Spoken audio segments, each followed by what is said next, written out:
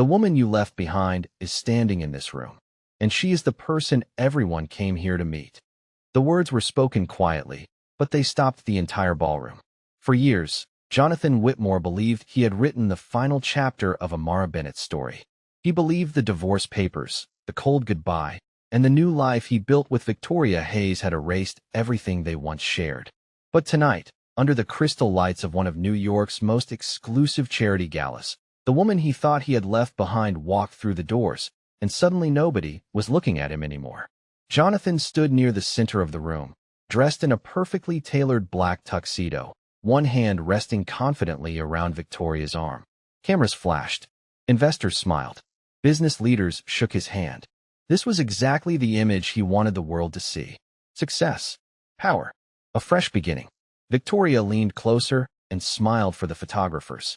"You know everyone is watching us tonight, right?" she whispered. Jonathan looked around the room with quiet satisfaction.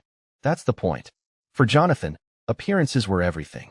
His company had grown rapidly over the past few years, and every public event was another chance to show people that he had made the right choices.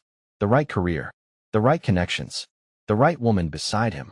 Many people in that room remembered Amara as Jonathan's former wife. The quiet woman who used to stand behind him at every event. The woman who supported him before anyone knew his name. The woman who gave up pieces of her own dreams so he could chase his. But Jonathan rarely talked about those years anymore. When people asked about his divorce, he simply said, "Sometimes two people grow in different directions." It sounded mature. It sounded reasonable. But the truth was much more complicated. Amara had not walked away because she stopped caring. She had walked away because she finally understood that loving someone did not mean disappearing for them. "Jonathan," one of his business friends said with a laugh, "you really upgraded your life, didn't you?"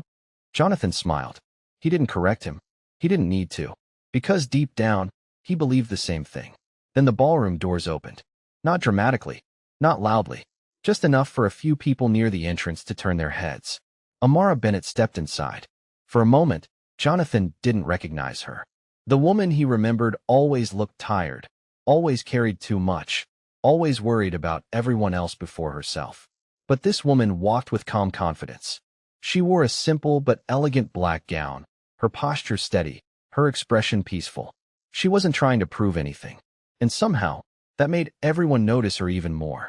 Then people saw who was standing beside her.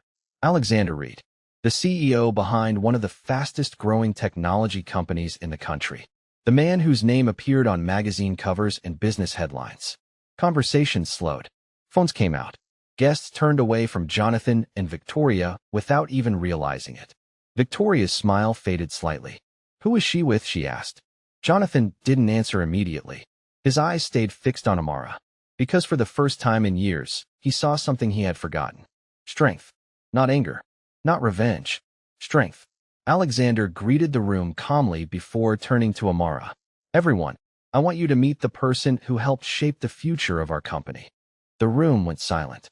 Jonathan felt something he never expected. Not jealousy. Not anger. Something much harder to accept. Regret.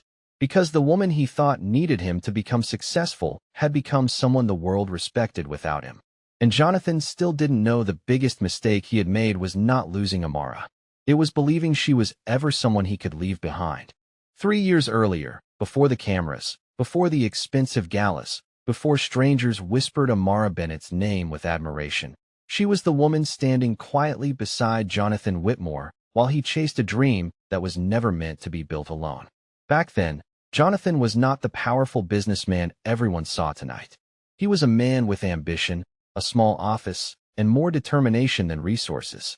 Amara believed in him when almost nobody else did. She stayed up late reviewing his presentations, organized his schedules, encouraged him after difficult meetings, and reminded him that failure was only temporary.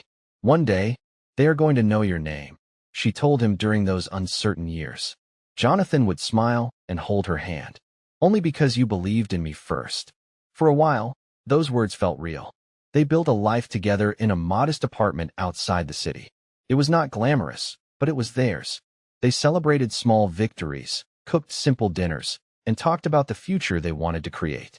Amara never cared about expensive things. She cared about building something meaningful with the person she loved. But success has a way of changing people. As Jonathan's company grew, his world became filled with executives, investors, and people who measured worth by appearances. Slowly, the man who once asked for Amara's advice started ignoring it. The late-night conversations became shorter. The moments they shared became fewer. "You worry too much about the past," Jonathan told her one evening when she asked if everything was okay. Amara looked at him carefully. "I'm not talking about the past, Jonathan. I am talking about us." He looked away. That was the first time she realized something had changed. Jonathan was no longer building a future with her. He was building a future where he wanted her to fit into the background. Then Victoria Hayes entered his life. She was everything Jonathan thought represented his new world. She was confident, glamorous, and comfortable around powerful people. At first, Amara tried to convince herself it was just a phase. She believed the man she married was still there somewhere. But the distance grew wider every day. The hardest moment did not come from the divorce papers themselves.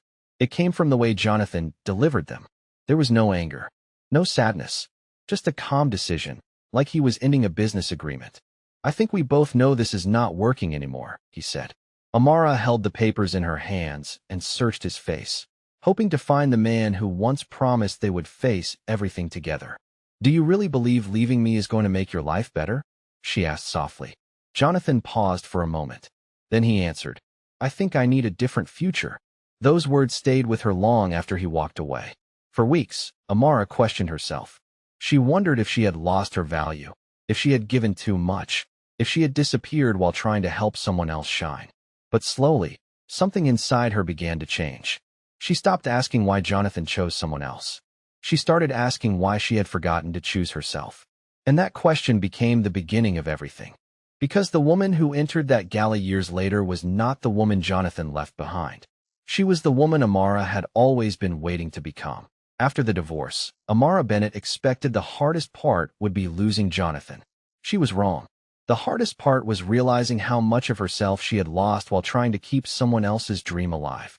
The first few weeks after leaving Jonathan's life felt strangely quiet. There were no business dinners to prepare for, no schedules to organize, no reason to check her phone every few minutes waiting for a message that might never come. At first, the silence felt painful. She would wake up in her small apartment, stare at the empty chair across from her kitchen table, and remember all the years she spent believing her place was beside Jonathan. But slowly, the silence became something else. It became space. Space to think. Space to breathe. Space to remember who she was before she became Jonathan Whitmore's wife. One morning, Amara opened an old storage box filled with things she had forgotten about. Inside were notebooks from her early career, ideas she had written down before marriage, business strategies, and plans she once dreamed of creating. She smiled when she saw them. "I forgot how much I loved this," she whispered. Before Jonathan's company grew, Amara had been a talented business strategist. She understood markets, people, and the small details that could turn an idea into something successful. She did not stop working because she lacked ambition. She stepped back because she believed marriage meant building together. But now, she finally understood something important. Supporting someone else did not mean abandoning herself. Amara started small. She took consulting projects, rebuilt old professional connections, and spent long nights studying industries she had once followed closely. There were difficult moments. There were days when doubt returned. Days when she wondered if she was starting too late. One evening, after finishing another long project, she sat alone at her desk and looked at the city lights outside her window. Her phone showed a social media post from Jonathan and Victoria at a luxury event. The caption talked about new beginnings and a perfect future. For a moment, the old pain returned. She remembered the way Jonathan looked at her during their final conversation, like she was someone he had already moved past. Amara closed the phone and took a deep breath. "That is not my story anymore," she said quietly. Months passed, and people who once overlooked her began noticing her work. Not because of who she had married, not because of who she had lost, because of what she could do. Her name started appearing in business conversations again. She was invited to meetings. Investors wanted her opinion. Companies wanted her strategy. Then one afternoon, she received a message from a professional contact about a potential opportunity with a growing technology company. The company belonged to Alexander Reed. At first, Amara was hesitant. She had spent years being defined by her relationship with Jonathan. She did not want another powerful man to become the center of her story. But when she walked into Alexander's office, something felt different. He did not ask about Jonathan. He did not care about the divorce. He looked at her work, her ideas, and her experience. "I have read your analysis," Alexander said. "You see things most people miss." Amara looked at him, surprised. It has been a long time since anyone said that. Alexander smiled. "Then people have not been paying attention." For the first time in years, Amara felt seen. Not as someone's wife, not as someone's mistake, but as herself. And she had no idea that this simple meeting would soon change the way the entire world looked at her. For the first time in years, Amara Bennett walked into a room and did not feel like she had to prove that she belonged there. She sat across from Alexander Reed in a glass office overlooking Manhattan, but she did not feel intimidated by the view, the expensive furniture, or the reputation behind his name. She had spent too many years standing behind someone else's success. She was not going to do that again. Alexander placed a folder on the table and looked at her carefully. "I want to understand something," he said. "Why did someone with your level of experience disappear from the business world for so long?" Amara looked down for a moment. It was a simple question, but it carried years of memories. "I thought I was building a life with someone," she answered. "I did not realize I was slowly putting my own life on hold." Alexander nodded. He did not interrupt. He did not offer empty sympathy. He simply listened. That was something Amara had forgotten people could do. In her marriage, she had become used to explaining herself and defending her choices. With Alexander, she did not have to. He cared about her ideas, her instincts, and the way she approached problems. Within months, Amara became an important part of Alexander's company. She helped improve strategies, identified opportunities others had missed, and brought a perspective that changed the direction of several major projects. But she never forgot who she was. She did not become successful because a powerful CEO gave her a chance. She became successful because she finally allowed herself to use the talent she had always carried. Meanwhile, Jonathan Whitmore continued living the life he believed he had created. From the outside, everything looked perfect. His company was growing. Victoria appeared beside him at every major event. Their photos filled business magazines and social media pages. People saw confidence. They saw success. But Jonathan noticed something that bothered him. Every time Amara's name appeared in conversations, people no longer mentioned her as his former wife. They talked about her work, her ideas, her achievements. "You know her?" one investor asked Jonathan during a business dinner. Jonathan smiled politely. "Of course. We were married." The investor nodded. "Interesting. I heard she is brilliant." That single sentence stayed with him longer than he expected. Because for the first time, Jonathan was hearing people praise Amara without connecting her to him. Victoria noticed his reaction. "Why do you care what people think about her?" she asked. Jonathan quickly dismissed it. "I do not." But even he knew that was not true. He cared because the story he had told himself was beginning to fall apart. He had convinced himself that Amara was holding him back. He had convinced himself that leaving her was the reason he became successful.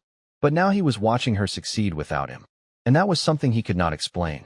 Then came the invitation. The annual New York Charity Gala was approaching, one of the biggest events of the year. Alexander's company was one of the main sponsors, and Amara was invited as one of the key people behind the partnership.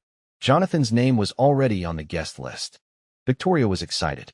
She saw the event as another opportunity to show everyone their perfect life. But she had no idea that the woman she once considered a forgotten chapter would walk into that room as someone completely different. And Jonathan had no idea that the night he planned to celebrate his victory would become the night he finally understood what he had lost. The night Jonathan Whitmore believed would prove he had everything became the night he realized he was no longer the center of attention. The New York Charity Gala was everything he imagined it would be. Crystal lights reflected across the ballroom. Executives, investors, and influential guests filled the room. Cameras waited near the entrance, hoping to capture the people everyone wanted to see. Jonathan arrived with Victoria Hayes beside him, exactly as planned. Victoria wore a confident smile, greeting guests like she already belonged among the city's most powerful circles. "Tonight is important," she whispered to Jonathan. "Everyone who matters is here." Jonathan looked around the room and smiled. That is exactly why we came. For him, this was more than a charity event. It was a reminder of how far he had climbed. The company he built, the reputation he protected, the new life he created after leaving behind what he considered his old one. Then the atmosphere changed. It was subtle at first. A few conversations stopped. A few people turned toward the entrance. Jonathan noticed guests looking past him, and his expression slowly changed. Amara Bennett had arrived. She did not walk into the room trying to impress anyone. She did not need to. She greeted people calmly, listened carefully, and carried herself with a confidence Jonathan had never seen before. But what caught everyone's attention was not just Amara. It was the person standing beside her. Alexander Reed, the CEO whose company had become one of the biggest names in technology. A man known for making careful decisions and choosing people based on ability, not appearances. Victoria's smile became slightly uncomfortable. "Jonathan," she said quietly, "is that Alexander Reed?" Jonathan looked at her and nodded. "Yes." "Why is he with her?" she asked. Jonathan did not answer, because he was asking himself the same question. A few minutes later, Alexander stepped onto the stage for a brief introduction. The room became quiet. "Many people know our company's recent success," Alexander said. "But what they may not know is that great results come from people who see possibilities before others do."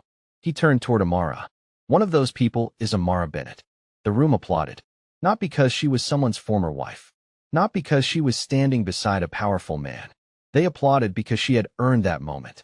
Jonathan watched as people who once ignored Amara approached her with respect. The same people who barely remembered her name now wanted her opinion. He felt something uncomfortable growing inside him. He remembered the woman who used to sit beside him at small meetings, helping him prepare presentations. He remembered the person who believed in him before anyone else did. And now, everyone else was seeing what he had failed to see. Victoria leaned closer. "This is strange," she said. "She acts like she does not even care that we are here." Jonathan looked across the room. Amara was laughing softly with a group of executives. She was not watching him. She was not waiting for his reaction. She had moved on completely. That realization bothered him more than he expected, because Jonathan had always imagined that if Amara ever saw his success, she would feel something. Maybe regret. Maybe sadness. Maybe a desire to come back. But tonight, he saw the truth. She was not there to prove she had won against him. She was there because she had built a life where she no longer needed his approval. And for the first time, Jonathan wondered if the biggest mistake he made was not losing his wife. It was underestimating her. For Victoria Hayes, the hardest part of the evening was not seeing Amara Bennett walk into the gala. It was realizing that nobody was waiting for Amara to fail. They were waiting to hear what she had to say. Just a few years earlier, Victoria believed she had replaced Amara completely. She believed she had stepped into a better life, a more exciting world, a place where everyone would recognize her as the woman beside Jonathan Whitmore. But standing in that ballroom, watching executives and investors surround Amara with genuine respect, Victoria felt something she did not expect. She felt invisible. "I do not understand this," Victoria said quietly as she watched Amara speak with several guests. She was not even part of this world before. Jonathan looked at her, but he did not respond immediately, because somewhere deep down, he knew Victoria was wrong. Amara had always been capable. The difference was that nobody had been paying attention. Victoria tried to laugh it off. "Maybe Alexander just likes helping people who need a second chance." Jonathan glanced toward Amara. "She does not need a second chance." The word surprised even him. Victoria noticed. "You are defending her now?" Jonathan quickly looked away. "I am just saying what I see." But what he saw was becoming harder to ignore. Amara was not trying to compete with him. She was not trying to make him jealous. She was not even looking in his direction. And somehow, that bothered him more than any argument they had ever had. Later that evening, Victoria approached a group of guests who had been speaking with Amara. She smiled politely and joined the conversation. "It is nice seeing everyone support old friends," she said. "Amara has always been good at making people believe in her ideas." The sentence sounded friendly, but the meaning behind it was clear.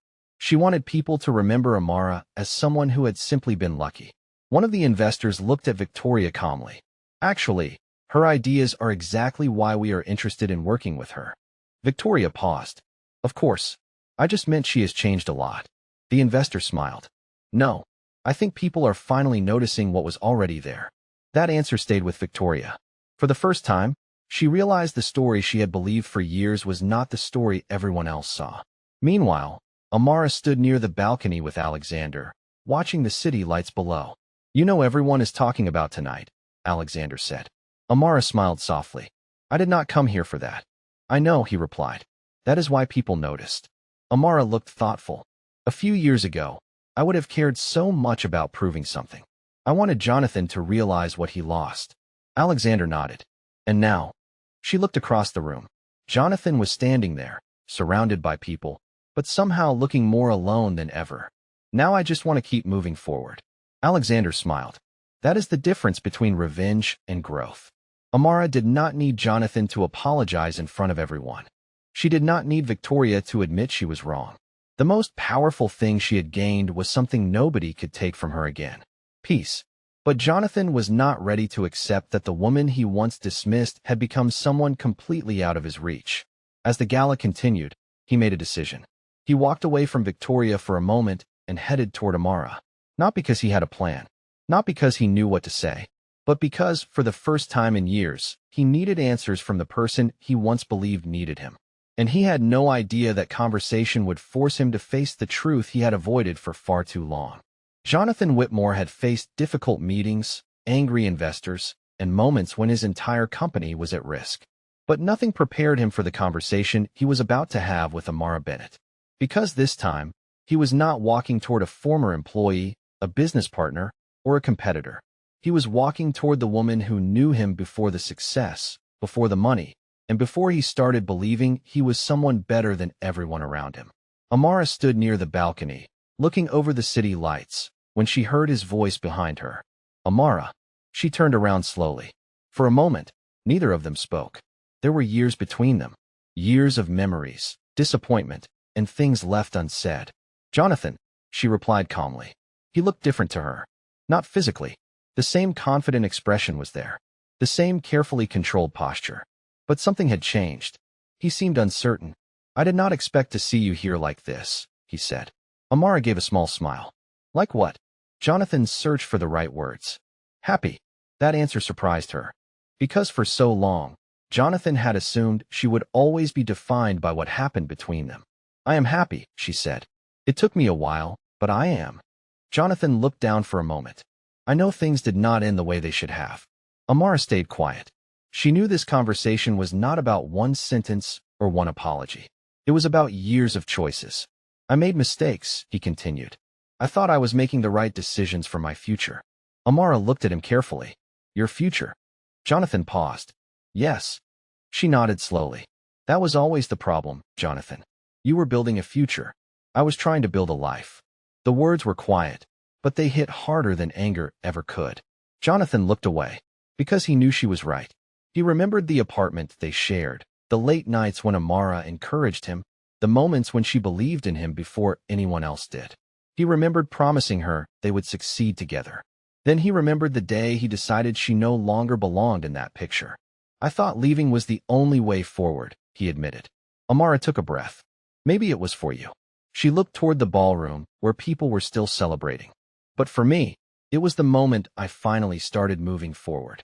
Jonathan wanted to say something that would fix everything. He wanted to explain that he never meant to hurt her. But he knew some things could not be repaired with a few sentences. "Do you hate me?" he asked quietly. Amara looked surprised by the question. "No." Jonathan looked up. "You do not." She shook her head. "Hating you would mean you still have control over my life." That answer stayed with him. Because Jonathan realized something painful. Amara's success was not a performance designed to punish him. She had truly moved beyond him. Across the room, Victoria watched the conversation from a distance. She noticed something that bothered her. Jonathan was not looking at Amara like someone from his past. He was looking at her like someone he finally understood too late. And for the first time, Victoria wondered if she had spent years celebrating a victory that was never really hers. As the night came to an end, Jonathan returned to the crowd, but he was no longer the same man who entered the gala. He had spent years believing he left Amara behind. Now he was beginning to understand the truth. She was not the person he abandoned. She was the person he failed to recognize. And the consequences of that mistake were only beginning to appear.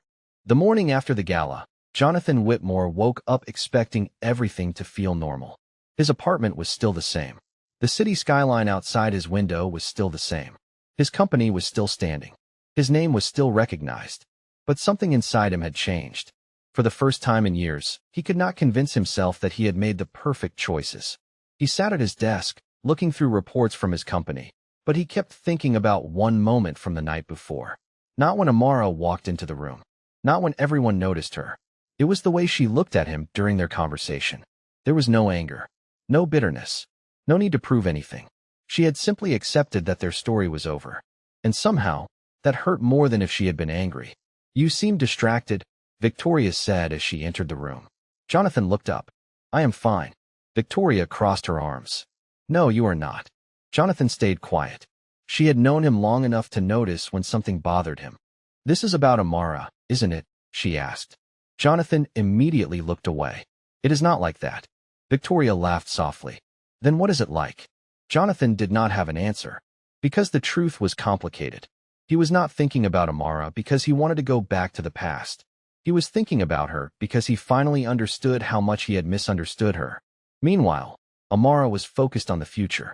The attention from the gala had created new opportunities, but she did not let the excitement distract her. She returned to work, continued developing strategies with Alexander's company, and stayed focused on the goals she had created for herself. Alexander noticed the change in the way people viewed her.